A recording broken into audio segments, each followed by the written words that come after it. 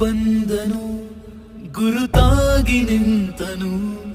ಆ ಪುಣ್ಯಕೋಟಿ ವಂಶದಿಂದ ಬಂದು ನಿಂತನು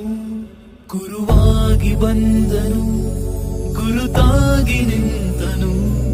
ಆ ಪುಣ್ಯಕೋಟಿ ವಂಶದಿಂದ ಬಂದು ನಿಂತನು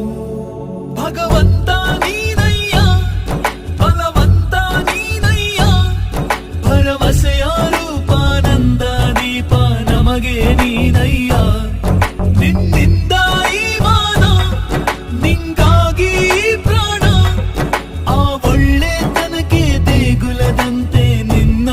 ಸ್ಥಾನ ಮನೆ ಮನೆಯ ಸೇವಕ